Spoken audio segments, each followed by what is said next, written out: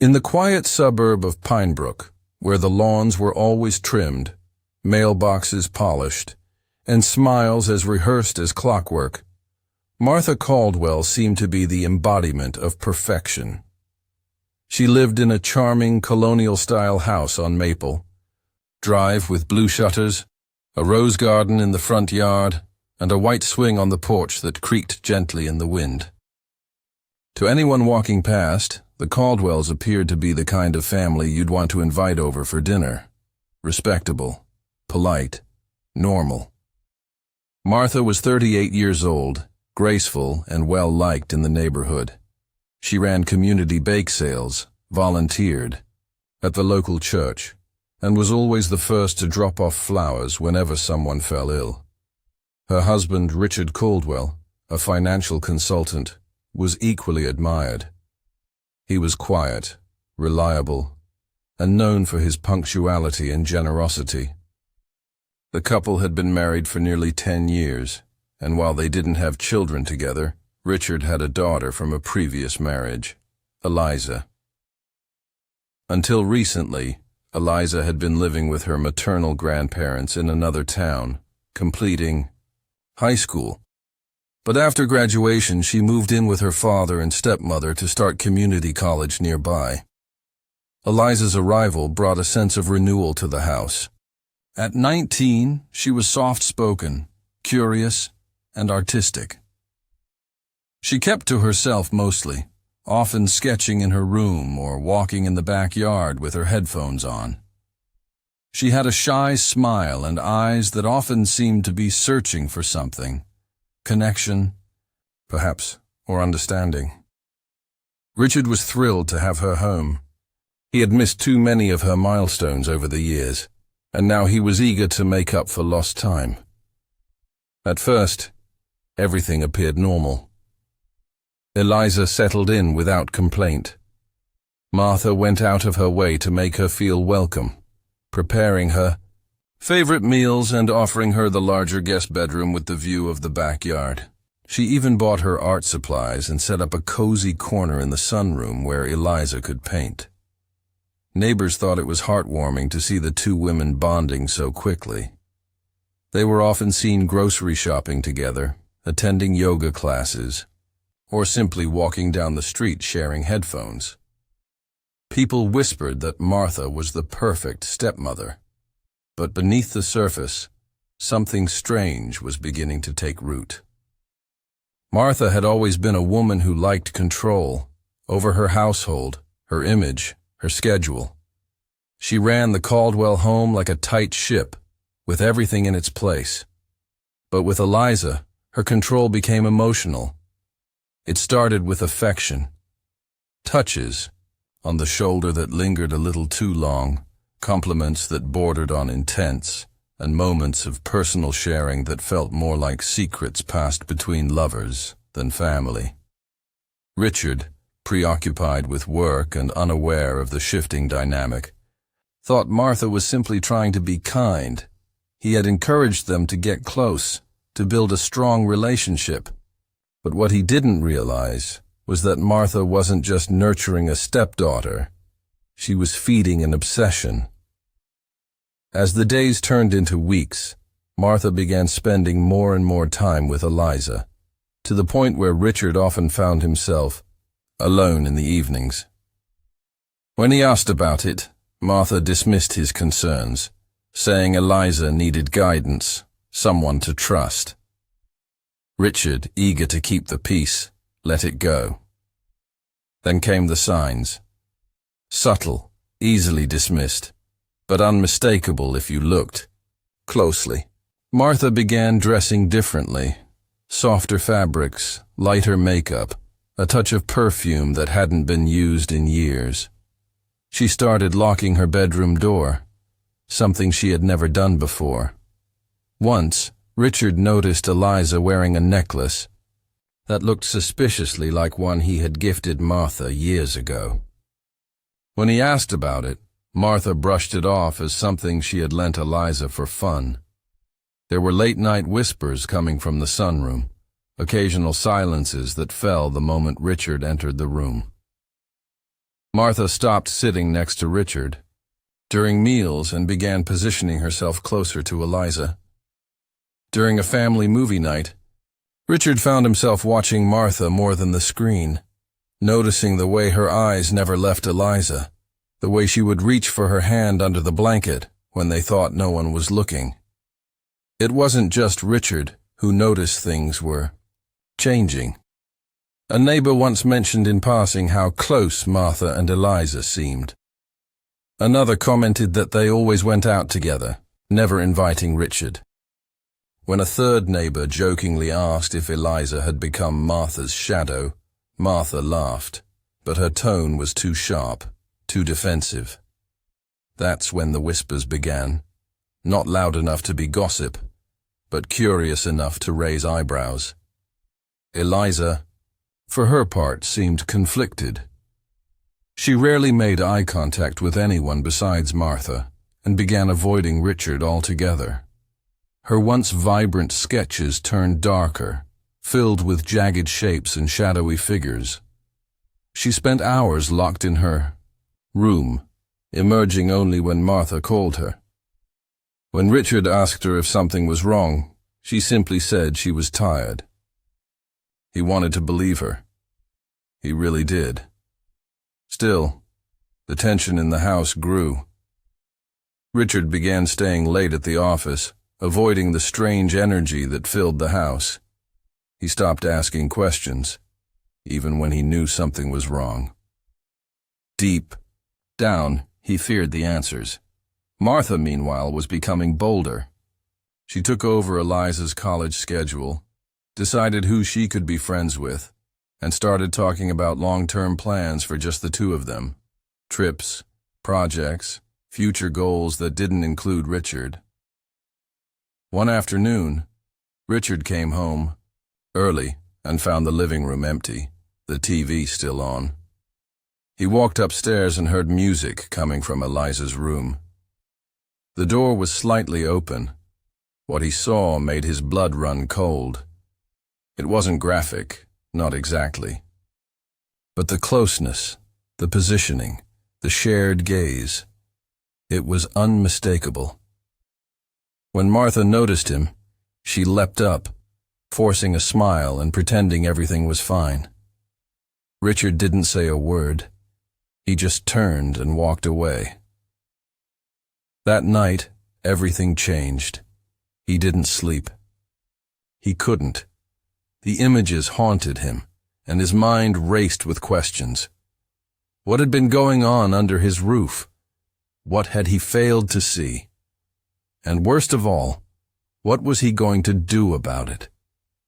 The perfect life he thought he had was unraveling.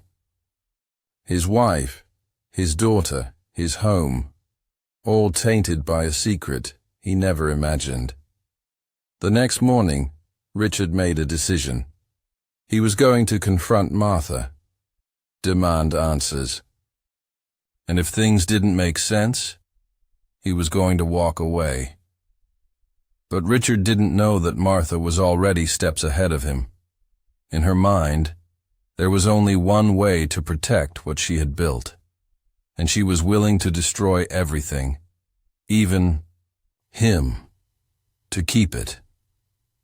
The illusion of Pine Brook's perfect family was about to shatter, and the quiet house on Maple Drive would soon become the center of a nightmare no one saw coming. After Richard's discovery, the air inside the Caldwell home grew heavier, as if something invisible had shifted. The silence between the three of them wasn't the usual kind that settled after a family argument. It was thick, uneasy, charged with tension that couldn't be ignored. Richard moved through the house like a stranger, no longer sure where he fit. He tried to maintain appearances, going to work on time, watering the plants, reading the newspaper at the breakfast table. But underneath the routine was a growing sense of betrayal and disbelief. He didn't confront Martha immediately. Instead, he watched, observed. Every glance, every shared laugh between her and Eliza now seemed sinister. like pieces of a larger picture he hadn't seen before. He began rereading the journal he had found, over and over again, hoping to find some mistake, some sign that what he had read wasn't real, but the words were too raw, too intimate to be misunderstood.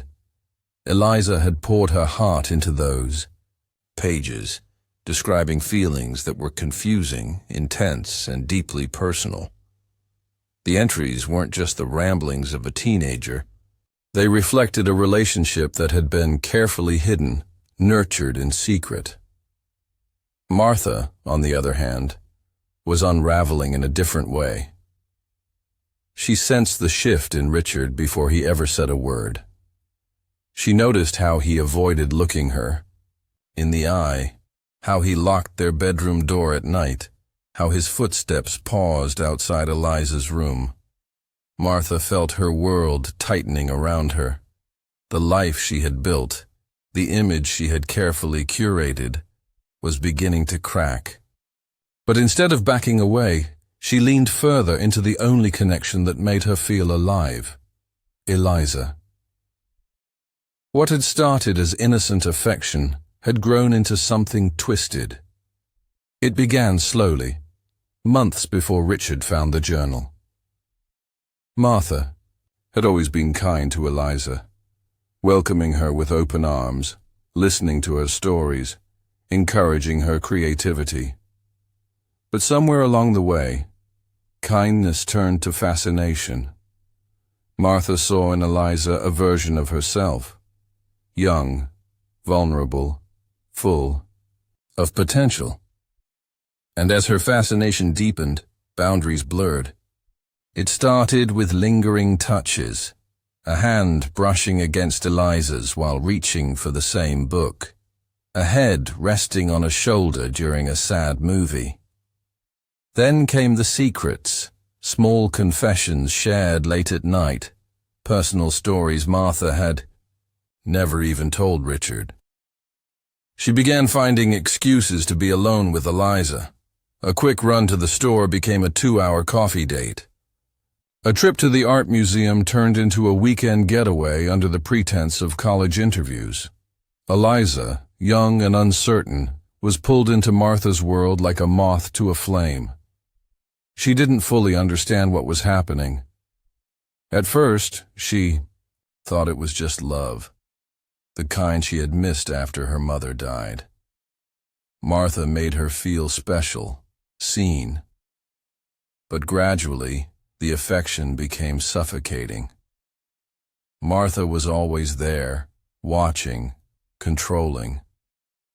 She decided what Eliza wore, who she talked to, how she spent her time, and whenever Eliza tried to pull away, Martha would find ways to draw her back in, using guilt, fear, and promises of a future only they could share. Eliza's journal became her only escape. In its pages, she confessed her confusion, her fear, and the parts of the relationship that felt wrong. She wrote about the nights she cried alone in her room, unsure if what she felt was love or something else. She wrote about Richard, how he seemed kind, oblivious, how she felt sorry for him. And she wrote about the moment she realized that Martha wasn't just in love with her, she was obsessed. When Richard found that journal, it was the final confirmation of every suspicion he had buried. He wanted to believe that Martha was incapable of something so dark. But the words on the page were undeniable. He had been betrayed not just as a husband, but as a father. The woman he had trusted with his home, his daughter, and his heart had shattered everything. Still he hesitated. How? Do you explain something so twisted without sounding mad? Who would believe that his wife had seduced his daughter? That beneath the facade of a perfect suburban life lay a secret so disturbing it felt like fiction? Richard considered going to the police, but with no proof beyond the journal and his own suspicions, what could he say? He even thought about confronting Eliza, but every time he saw her, she looked so lost, so fragile, that his words dried up in his throat. Martha could feel his hesitation, and it terrified her. She knew Richard was planning something. She could see it in the way he looked at her, like a ticking clock. She began following him through the house, checking his phone when he was in the shower, searching his briefcase when he wasn't home. She even went so far as to search the entire house for the journal, desperate to know what he had read, but it was gone. Hidden, protected. Her fear turned into desperation. Every moment with Eliza became more intense. She clung to her, whispering about running away together, starting fresh in a new city, a new country. She painted elaborate fantasies of a life where no one could judge them. But Eliza was growing increasingly distant. The weight of what was happening was finally hitting her. She barely spoke, avoided eye contact, and spent most of her time in silence. Then came the breaking point. One evening, Richard left a note on the kitchen table. It was simple. He was going to the police the next morning. He had seen enough, heard enough. He would not stay silent any longer. Martha found the note late that night, and for a long time, she just stared at it. Her hands trembled. Her breathing quickened. Everything she had worked to protect, to conceal, was about to be destroyed. Not just the relationship, but her entire life. She walked into Eliza's room and sat beside her. No words were spoken, just silence, heavy and suffocating.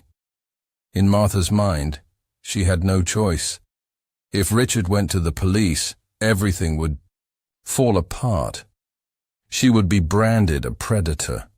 Eliza would be taken away, maybe even forced to testify against her. The thought was unbearable. That night, a plan began to form in her mind. A dark, desperate plan. She wouldn't let Richard destroy them. She wouldn't let him take Eliza away.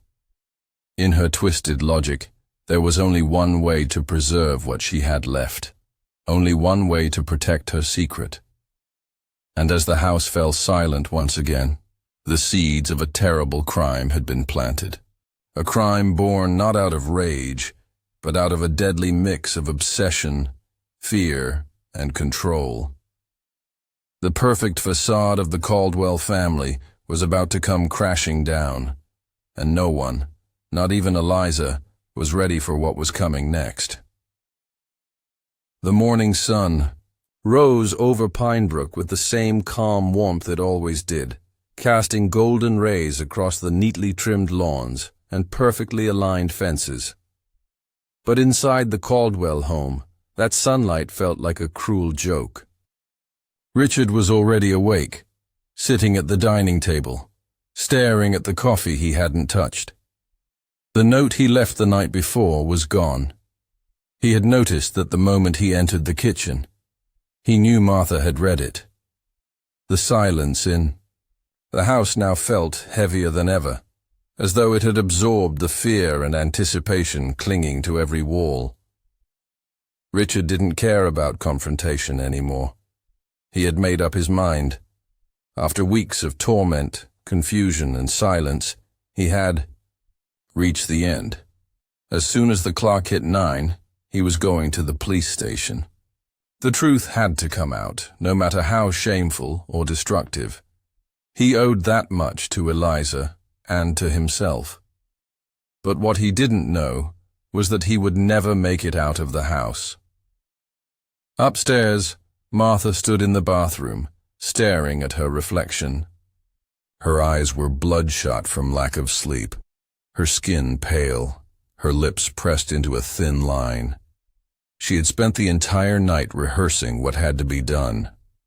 Her mind, once consumed by fantasies of love and escape, was now filled with logistics and damage control. In her twisted reasoning, Richard had become the enemy. He was the one threatening their life, their future. If he told the police, if he exposed everything, it wouldn't just be the end of her relationship with Eliza. It would be the end of Martha. She couldn't let that happen. She moved with robotic precision, slipping a small vial into her pocket, a bottle of prescription sleeping pills she had saved over the months. She had no clear plan for what would happen afterward. Her world had narrowed to a single, desperate goal. Stop, Richard. The rest would come later. Back downstairs, Richard didn't hear her footsteps. He didn't even look up when she placed a fresh cup of coffee in front of him, pretending everything was normal. He thought it was a last-ditch attempt to talk things through. Maybe she had accepted what was coming. Maybe she was finally ready to confess. He didn't touch the coffee. He didn't speak. His silence was his final act of defiance. Martha sat down across from him, her heart pounding so loud she could barely hear her own thoughts. She watched him closely, willing him to drink, to make it easier. But Richard simply got up from the table and began collecting his things. The moment was slipping away. Panic clawed at her chest. She followed him into the hallway, her voice trembling as she tried to stall him with meaningless conversation. But Richard didn't stop. He didn't even turn around. Then, in one quick moment, everything changed. Martha grabbed a heavy glass, paperweight from the side table. She hadn't planned on using it, but desperation overrode reason. As Richard reached for the doorknob, she struck him once, hard, at the base of his skull. The sound was sickeningly dull, and he crumpled to the floor instantly. He didn't scream. He didn't even have time to react. The suddenness of it all left the house in eerie silence. She stood over his motionless body, trembling, breath shallow, the weight of what she had just done crashing down on her like a wave. Blood began to pool beneath Richard's head, staining the pristine hardwood floor. Martha dropped the paperweight and stumbled backward, covering her mouth with both hands. She hadn't meant to kill him. At least, not like that. But now there was no turning back. Upstairs, Eliza was still asleep, unaware of the horror unfolding below. Martha stood frozen in the hallway, mind racing. What was she going to do with the body? What would she tell Eliza? How could she make this look like something else? Anything else? She dragged Richard's body across the floor, leaving smears of blood in her wake, eventually covering him with an old blanket in the basement. The adrenaline numbed her. Her hands were sticky, her clothes stained, but she moved like a machine, too deep into her panic to feel the full weight of what she had done. When Eliza finally came downstairs a few hours later, Martha was in the kitchen, hands trembling as she scrubbed a mug that wasn't even dirty. She told Eliza that Richard had left early for work, a lie so casual it didn't even raise suspicion. Eliza, still distant and distracted, nodded absently and went to the sunroom with her sketchbook. But Martha's calm began to fracture. Later, that afternoon, Richard's co-worker called. He hadn't shown up for his meetings. He wasn't answering his phone. Martha lied again, claiming he was under the weather and sleeping it off. She managed to maintain the story for another day, even sending a text from Richard's phone to his boss, feigning illness. But with each passing hour, the pressure mounted. Neighbors began to ask questions. Eliza started to worry. Richard wasn't the type to vanish without a word. And Martha was unraveling, struggling to maintain her composure, jumping at every sound, checking the basement door repeatedly. She stopped sleeping. Her guilt and fear twisted into paranoia. Eliza found the blood-stained towel in the laundry basket first. Confused, she asked Martha about it. Martha's smile faltered for the first time. Her excuses were shaky, her tone uneven. That evening, Eliza wandered into the basement, searching for a missing sketchbook. What she found instead was the corner of a blanket, and beneath it, her father's lifeless body. The scream that tore through the house shattered whatever illusion remained. Martha ran down, frantic, begging Eliza not to panic, spinning a tale of self-defense, of a struggle gone wrong. But Eliza was inconsolable. She collapsed to the floor, shaking, trying to wake her father. Martha tried to hold her, to comfort her, but Eliza recoiled as if touched by fire. The bond they once shared was now tainted beyond repair. Eliza fled the house that night and ran straight to a neighbor, trembling and sobbing.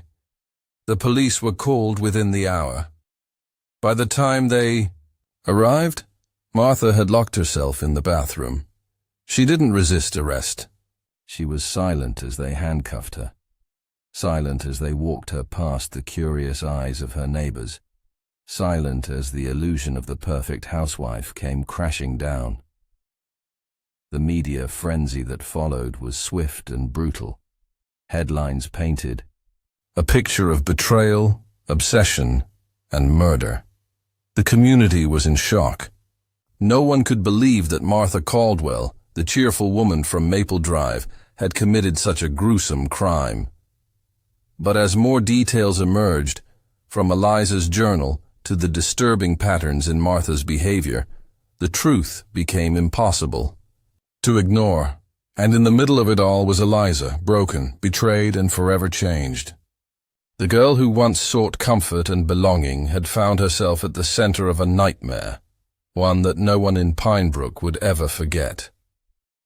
The days that followed Martha's arrest were a blur of flashing cameras, news vans, and whispered conversations in the quiet town of Pinebrook. Reporters swarmed the Caldwell home, eager for any detail that could make their headlines more shocking. Neighbors watched from behind their curtains, struggling to reconcile the image of the cheerful housewife with the gruesome crime now attached to her name. The facade of suburban perfection had crumbled, revealing something darker, something twisted, that no one had seen coming. At the center of the storm was Eliza. Barely 18, she was thrust into a world of chaos she never asked for.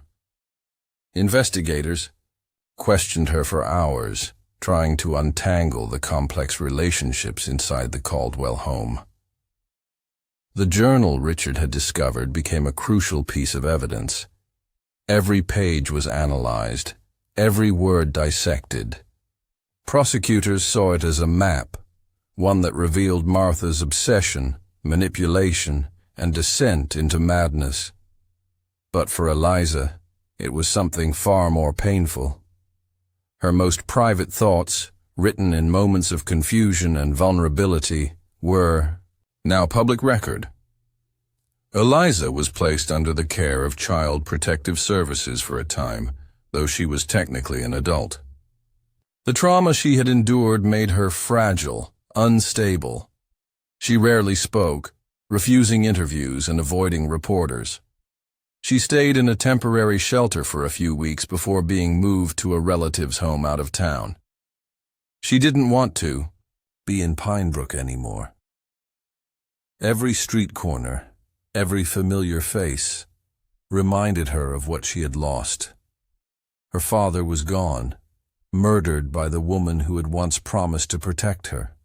And worse, she had been part of it, drawn into something so unnatural she still couldn't fully understand it. Meanwhile, Martha sat behind bars, awaiting trial. At first, she remained quiet, offering no statements, no apologies. Her lawyer advised silence, but her mind was anything but calm. Inside the jail cell, she replayed everything over and over again. The morning of the murder, the fear in Eliza's eyes, the pool of blood on the floor. She convinced herself that she hadn't meant to kill Richard, that it had been an accident born from fear. But as time passed, that justification began to rot. Deep down, she knew what she had done. She knew that she had crossed lines no one should ever cross. And there was no going back. Psychiatrists were brought in to evaluate her mental state. The results were unsettling. Martha showed signs of obsessive-compulsive behavior, emotional dependency, and narcissistic tendencies. One doctor described her as someone who confused control with love and fear with loyalty. Another warned that she had no real understanding of the damage she had caused. To Martha, everything had been about survival. She truly believed that she and Eliza had something pure, something misunderstood by the world. But the court didn't see it that way. When the trial began, the courtroom was packed. Locals, journalists, and curious outsiders all came to witness the spectacle. The prosecution painted Martha as a predator who manipulated her stepdaughter, cultivated an illegal and immoral relationship, and then committed murder to protect her secret. They showed the jury pages from Eliza's journal, read aloud the entries that detailed her discomfort, her fear, her confusion. The emotional impact was undeniable. The defense, in contrast, tried to frame Martha as a victim of her own emotional trauma. They pointed to her difficult childhood, her past struggles with identity, her mental health issues. They claimed she had acted in a moment of panic, not out of malice. But the evidence was overwhelming. The forged text messages, the cover-up, the lies to neighbors and police, it all painted a picture of premeditation. Martha hadn't just panicked, she had planned. Eliza was called to testify. It was the hardest thing she had ever done. She entered the courtroom wearing a plain black dress, her eyes hollow, her voice trembling. The room fell silent as she described her relationship with Martha, how it evolved, how it confused her. She told the court about the blurred lines, the manipulation, and the fear she felt in the final weeks. She cried as she described the day she found her father's body, wrapped in a blanket like garbage. The room listened in stunned silence. Even Martha, seated at the defense table, seemed to shrink beneath the weight of Eliza's words. When the verdict came, no one was surprised. Martha Caldwell was found guilty of second-degree murder, child endangerment, and obstruction of justice. The judge called her actions selfish, disturbing, and unforgivable. She was sentenced to 35 years in prison, with no possibility of parole for the first 20. She showed no visible reaction as the sentence was read, simply nodding slightly, as though she had expected it all along. After the trial, the Caldwell home was sealed off, eventually sold to a developer who planned to renovate and resell it. But in Pinebrook, its story lingered like a shadow. People passed by and whispered. Children dared each other to knock on the door. The tragedy became folklore, a cautionary tale that parents used to warn their kids about trust and appearances. Eliza disappeared from the public eye. She changed her last name and moved out of state. With the help of therapy and time, she tried to rebuild her life. But healing was slow.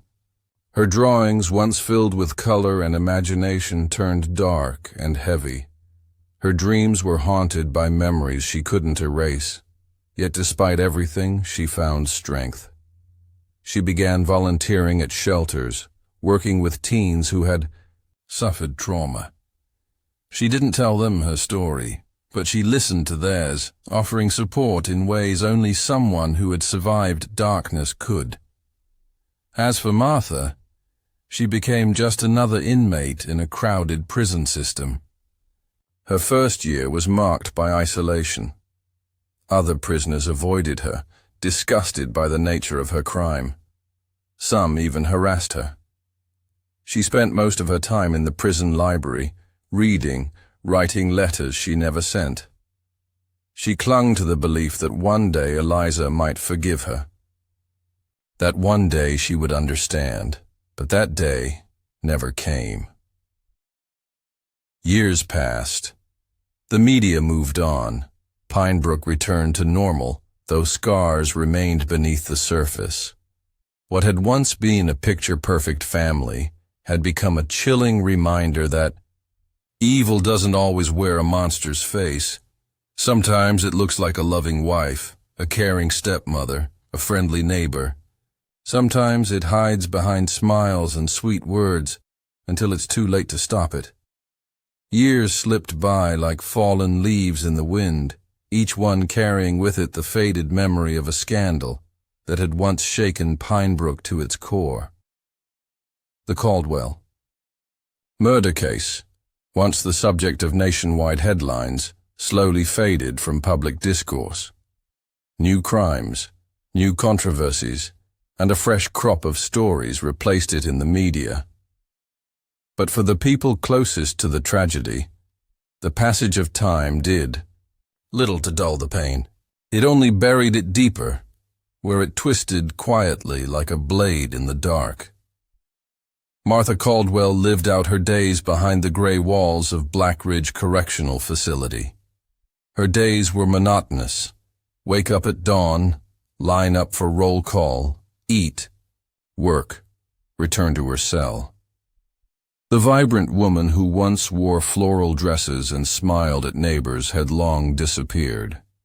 In her place was someone gaunt, hollow, and nearly unrecognizable. She rarely spoke to others. Most inmates avoided her. Not because of her crime, but because of her silence. There was something unsettling about her calmness, a kind of eerie detachment that unnerved even the hardened criminals around her. She had stopped writing letters to Eliza. At first, she had sent dozens. Pages of apologies, explanations, declarations of love, twisted into self-justification. None were answered. Eventually, none were sent. Her final letter was short, almost pitiful, containing only 4 words. I still love you. It too remained unsent. Folded in a worn Bible she kept under her pillow, the note was the last trace of the obsessive affection that had once consumed her. In the prison's art therapy class, Martha took to painting. Her canvases were strange, faceless figures in dark rooms, twisted shapes under red skies, empty chairs at dinner tables. The therapist said it was progress, a way of processing grief, but her work only served to remind others of what she had done. When asked about her past, Martha would only respond with a vacant stare or a cold shrug. Regret, if it existed, lived, somewhere unreachable within her. Eliza, now in her mid-20s, had carved a quiet life for herself in a different part of the country. She studied psychology at a community college before transferring to a university. She focused on trauma recovery and crisis counseling. Her professors noted her empathy and resilience, but they never knew the full story behind her dedication. She didn't speak about her past. In her new world, she was just another student, another survivor trying to understand the minds of the broken. She lived alone, avoiding deep relationships, preferring silence to conversation. Her apartment was small but tidy, filled with books and charcoal drawings. Occasionally she would draw a face she remembered, her father's soft eyes, the lines on his forehead, his gentle smile. These drawings were kept in a locked drawer. She couldn't bring herself to hang them. They felt like ghosts. Despite therapy and time, Eliza still battled nightmares. The image of her father lying lifeless in the basement haunted her. Sometimes, she woke up gasping, drenched in sweat, feeling the walls of the Caldwell house closing in on her again. In these moments, she reminded herself that she had survived, that she had escaped, but the scars were permanent. The trust she once had in people was gone, replaced by wariness and distance. She never visited Martha, not once, not even when reporters reached out, offering to pay for interviews. She declined them all. Some tried to paint her as a tragic heroine, others as a willing participant in the scandal. None of them truly understood what had happened inside that house. How manipulation can feel like love. How betrayal can wear the face of affection. How silence can be more damaging than violence. It was only years later, during a community workshop on trauma, that Eliza finally spoke publicly. She stood before a small group of survivors, her hands shaking, her voice quiet but steady. She never mentioned names or details. Instead, she spoke about isolation, about the dangers of ignoring red flags, about how grooming isn't always obvious. Her words resonated. People cried. Others thanked her. In sharing her pain, she had unknowingly begun healing. Back in Pinebrook, the old Caldwell house was eventually demolished. The new owners couldn't escape the reputation, the whispers, the curious onlookers. After sitting vacant for years, it was sold to a developer who turned the land into a small memorial park. A single plaque stood at the center, simple and understated, in memory of lives changed. Locals visited, some out of respect, others out of morbid curiosity. The story became legend, told in hushed voices around campfires, twisted into rumors in high school hallways. But the truth, the raw and brutal truth, was lost to most. The final twist came quietly, without drama. A decade after the murder, a routine prison health check revealed Martha had late-stage pancreatic cancer. She had only months to live. The warden offered her the opportunity to reach out to family, to make arrangements. She declined. In her final days, she stopped painting, stopped eating, stopped speaking. When a nurse asked if she wanted a priest, she simply stared at the wall. On a rainy spring morning, she died in her sleep, her face turned toward the window, eyes open. Her death was noted in a small obituary, just a few lines long, without a photo or tribute. No one claimed her body. The state cremated her remains and scattered the ashes in an unmarked grave near the prison. There was no ceremony, no tears, just a quiet end to a life that had spiraled so far from what it once was. Eliza heard the news from a former social worker who still kept in touch. She didn't cry. She didn't speak. That night, she took out her father's photo and lit a candle in front of it. Not for Martha, but for Richard, the man who had loved her, protected her, and died trying to do the right thing. She whispered a promise to him, a vow to live a life he would have been proud of. Then she blew out the candle, closed the drawer, and went to bed. And so, the story of the Caldwell family came to an end. Not with redemption or revenge, but with silence. The kind of silence that lingers long after the last scream fades. Silence born of secrets, pain, and a love that was never truly love at all.